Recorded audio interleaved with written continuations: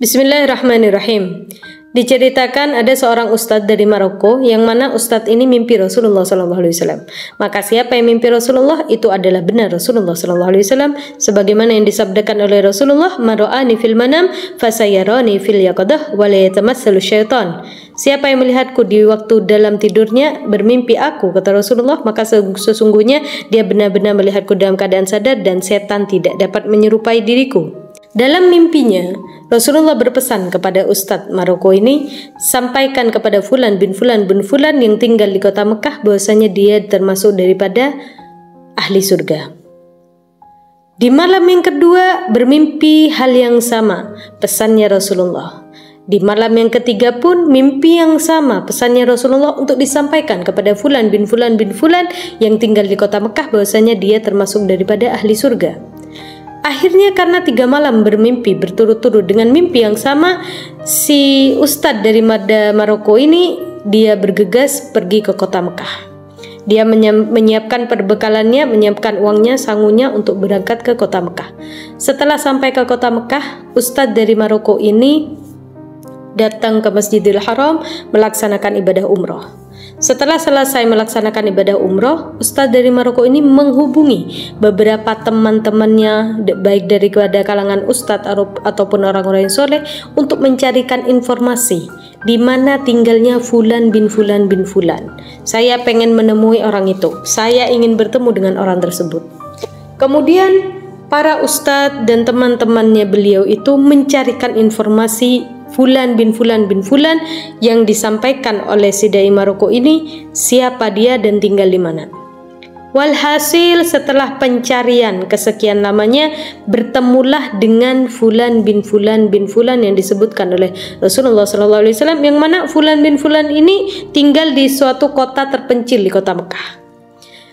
Setelah sampai di tempat tujuan di kota terpencil itu, kemudian si ustadz ini mencari bahwasanya di manakah rumahnya Fulan bin Fulan bin Fulan. Maka tetangganya yang melihat penampilan daripada ustadz Maroko ini mencari Fulan bin Fulan bin Fulan, kata tetangganya, nggak salah orang tah yang dicari, karena yang dicari oleh mereka itu jauh penampilannya daripada ustadz dari Maroko ini. Kemudian kata ustadz dari Maroko, iya betul, saya mencari Fulan bin Fulan bin Fulan. Akhirnya ditunjukkanlah rumahnya orang tersebut yang dicari oleh ustadznya. Setelah sampai, keluarlah Fulan bin Fulan bin Fulan ini dari rumahnya. Ketika si Fulan ini keluar, ustadz dari Maroko ini agak aneh, agak kaget dengan penampilannya Fulan ini. Penampilannya biasa-biasa saja, dikirakan orang yang soleh, orang yang taat ibadah dengan penampilannya, dengan jenggotnya. Tidak, jauh daripada hal itu yang dilihat oleh ustadz Maroko ini. Kemudian Fulan ini pun bertanya, ada gerangan apa, ada keperluan apa mencari saya? Kemudian disebutkan oleh dai ini bahwasanya saya mimpi Rasulullah. Saya mimpi Rasulullah 3 malam berturut-turut. Wallahi, saya bersumpah demi Allah bahwasanya saya mimpi Rasulullah, dan Rasulullah menyampaikan kepada aku untuk menyampaikan kepada kamu bahwasanya engkau termasuk daripada ahli surga. Kemudian si pemuda ini pun memegang kepalanya, dia terjatuh, dia menangis. Kamu bohong, katanya. Si ustadz ini pun mengatakan, demi Allah saya mimpi yang sama 3 malam berturut-turut, diperintahkan oleh Rasulullah untuk menyampaikan kepadamu bahwasanya engkau adalah min ahlil jannah, termasuk daripada orang yang terjamin masuk surganya Allah Subhanahu wa taala. Kemudian menangislah dia sejadi-jadinya. Ditanyakanlah oleh ustadz Maroko ini, tolong beritahukan kepadaku, apa amalanmu? Karena kalau melihat daripada penampilannya Fulan ini, dia kayak orang biasa, bukan ahli ibadah, nggak berjenggot tebal, tidak. Saya adalah seorang pendosa, yang mana saya ini adalah orang paling buruk di kota Mekah, bahkan bisa dikatakan di seluruh negeri aku adalah orang yang paling buruk. Coba diingat-ingat, apa amalanmu? Amalanmu yang khusus, ceritakan kepadaku, saya pengen tahu, hingga engkau itu dijamin masuk surga dan disampaikan oleh Rasulullah SAW.